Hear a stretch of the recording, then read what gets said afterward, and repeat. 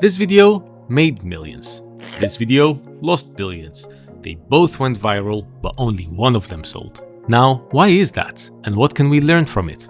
Well, today I'm going to entirely change your perspective on how to determine the value of ads or a piece of content. Let's get into it. Before we even talk about visuals, let's talk about what content strategy even is. I've spoken to clients that are like, hey, I have a super cool idea and I want drones and I want to show them how cool our product is and how cool we are and how shiny our visuals are. And although I understand where it's coming from, it's not the correct starting point. Real strategy starts by asking yourself some really important questions, some of which are easier to answer than others. Now, once you have the right answers for these questions, you'll be able to build a framework and take it forth with not only the content that you're going to make for your business, but frankly, any decision you're taking for your business. Question 1. Who is your audience? Seems pretty straightforward, but you need to be beyond crystal clear on this point. Just saying Gen Z or people who work out is not going to cut it. Allow me to show you. You've got to know your customer inside out and make a customer persona, something like this. So this right here is a relatively simple example. It shows things like their age, location, a bit about their personality, what they do in their free time, and their pain points. Of course, make sure that it's actually relevant to your industry, so you might not need to include some of these things in here. If you're a tech company, for instance, you might want to include some of their tech use habits. And when relevant, you might even want to include their religion or race. And I'm aware that might sound a little bit weird or maybe politically incorrect, but I'm not here for that. I'm here to give you real insights. Because people come from different places, have different cultures, different habits that you sometimes have to be considerate of. Again, only when relevant, right? So for instance, if you make modest gym wear, or if your business is located in an area that has, a lot of a certain demographic, these are things you have to be conscious of. So essentially, that's the first question. Who are you making it for? The second question is, what emotion do you wish to trigger? I've said this before in some of my other videos, and I'll say it again because it's important. People buy with emotions, so you have to make them feel something. Even with educational content such as the video that I'm making right now. I could have just put it all in a PDF and sent it over. I could have just listed it, but I choose to say things in a certain way to evoke emotions so that it resonates with people. The following thing I'm going to say, it might be best if you don't listen to it because it's going to upset a lot of people, but just know that I don't say this to be mean. I say this to benefit you. Okay, here we go. I didn't actually have anything to say. I just wanted to evoke curiosity. So here is a list of emotions that you might want to evoke in people. Get ready to take a screenshot. The next question is, what action do you want people to actually take after watching your piece of content? Would you like them to continue following your journey by following your social media? Do you want them to engage? Do you want them to make a purchase? Or maybe you just want them to be on your email list. Make sure it's nice and clear, or at least pushes them in that direction. And remember not to make too many asks, ideally 1, if you must 2. Now, I can go on hours about content creation and there's plenty more questions to ask yourself. However, if you only answer these 3 foundational questions, every creative decision you take will be much easier from now on. Whether it's your tone, your visuals, your pacing, or even the captions. Strategy gives meaning to the content you're creating. Otherwise, you're just making something that's pretty and hoping for the best. Conversions, loyalty, and trust is what grows a business. These things can only be achieved through a solid content strategy. Now, every once in a while, pretty looking visuals will get you compliments and a pat on the back, but those do not pay the bills. So, do beautiful visuals matter at all then? I know after all that you expect me to say no, but the truth is, they can do in certain situations, and I'll tell you about those right now. If you run a luxury brand, in this case, pretty much anything you put out will be a direct reflection of the quality of your product. Whether it's your videos, your photography, your branding, your website, your packaging, it's all a direct reflection of the luxury of your product. Your visuals are an extension of your customer's experience. Now keep in mind, this doesn't just apply to luxury, this goes for all fields. For instance, if you run like a cool underground clothing brand, you might want to make your visuals more grungy. Now another place that high production visuals can matter is your website. Well, why would it matter on the website, but it wouldn't matter on social media, for instance? It's because you have to take into consideration where it will live, because some of these slick visuals just don't feel native to these websites, and so they don't do as well, whilst on your website they are native there. On social media, people are there for content. Therefore, you have to feed them content or often disguise your ads as content. This is why you'll rarely see a super high-end brand on social media, and if they are on there, they're probably putting out these luxury high-end visuals which are probably not doing too well. Let's take a look at an example right here. And this is no dig to Chanel or my friends at Chanel. This pretty much applies to all luxury brands. So for an international brand, they have relatively low views, 4,000, 6,000. Oh wait, this one has over 1 million views, 1.7 million. Except it doesn't. It's fake, right? They bought the views, and you'll notice there's only 47 comments on there. And the likes obviously don't add up to that many views. So again, this is actually fairly common practice where big brands have to make sure that they're getting these kinds of views, but you can tell that when it's organic, it's in the low thousands. And that's just because this type of content doesn't tend to do too well on platforms like TikTok. The videos that do tend to blow up on TikTok are the handheld, the less perfect looking videos. Of course, there's exceptions every once in a while.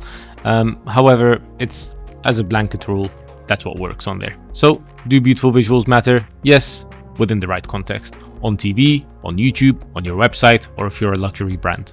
Why don't we take a look at examples on both sides, starting off with a video that changed the world of chocolate bars.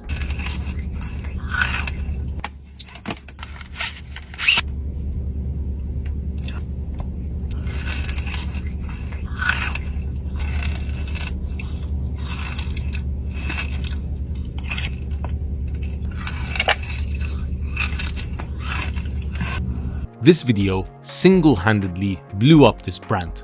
Before this video, the brand was selling like a few bars a week. And now, after this video, not only did it blow up this brand, but there is no chocolate brand under the sun that doesn't make some sort of version of this bar. And it made it somehow acceptable to charge like $25 for a single bar. Anyway, why did it do so well? There's a few reasons. The hook. She opens up the bar, cracks it open. We want to know, what the hell is that inside the bar? The audio. ASMR, which is often connected to satisfaction or relaxation, which the crunch inside the bar does. Next thing is curiosity. What is that? She doesn't explain, it's for us to figure out. Next up, she's just genuinely enjoying these bars.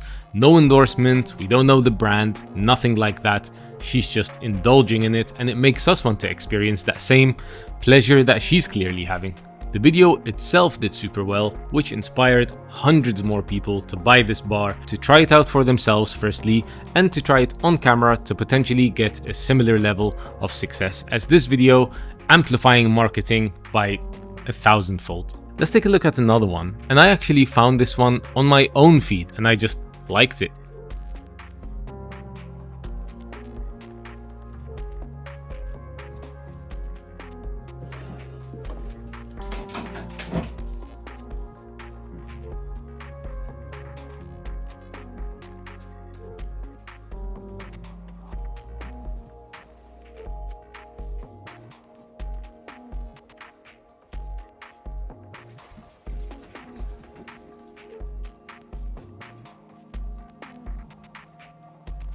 It's very slapstick, no over-explaining, just a very clear example of how well the product works. It shows the pain point, which is the glasses sliding down, it shows the solution quite clearly, and it has some humor.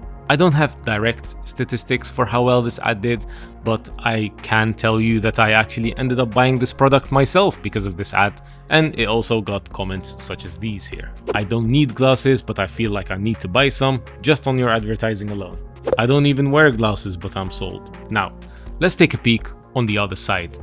Ads that spent an ungodly amount on their production value, but didn't do too well, to say the least.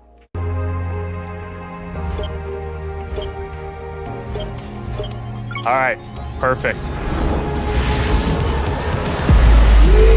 Boy. Oh, hey, Mark. Hey, what's going on? Hi, Mark. What's up, Mark? Whoa, we're floating in space? Who made this place? It's awesome. Right? It's from a crater I met in LA. This place is amazing. Boz, is that you? Of course it's me. You know I had to be the robot, man. I thought I was supposed to be the robot. Whoa. I knew you were bluffing. 3D street art? That's cool. Send that link over so we can all look at it.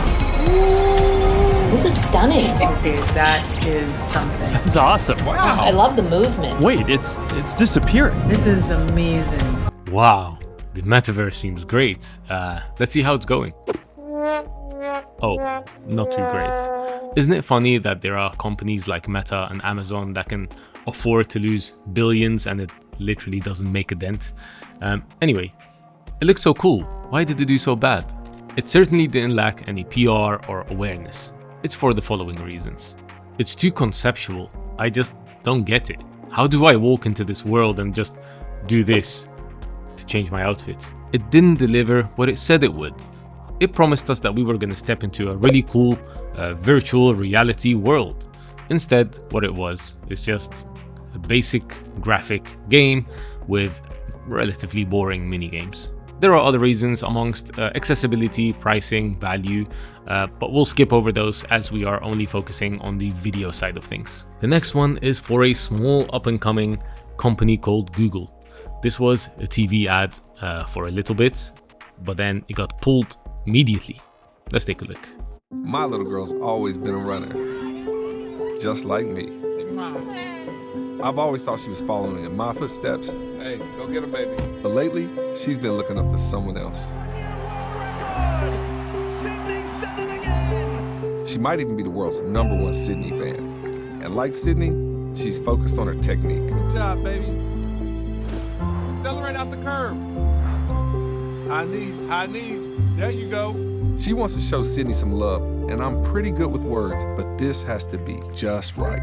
So Gemini, help my daughter write a letter telling Sydney how inspiring she is. And be sure to mention that my daughter plans on breaking her world record one day. She says, sorry, not sorry. You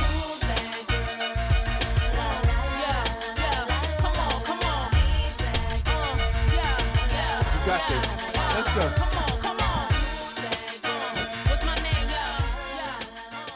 There is nothing like a heartfelt message written by a heartless robot that is pretending to be a human. I think it's clear why this got pulled so fast. It's tone deaf, right? It's trying to make a human connection through a non-human entity. Am I making my point here? Both of these ads could have been great had they had the correct team behind them with the correct strategy. So here's the takeaway. We all love beautiful visuals, of course. However, make sure you use them correctly, in the right context, and with the right strategy, most importantly. The visuals should support the message and not replace it. If you take anything from this video, let it be this. The most powerful visuals are not the ones you see, but the ones you feel.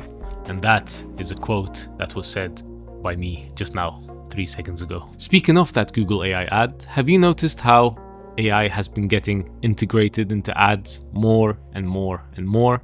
Well, I've noticed it and I've made an entire video about it, which you can watch on screen right here.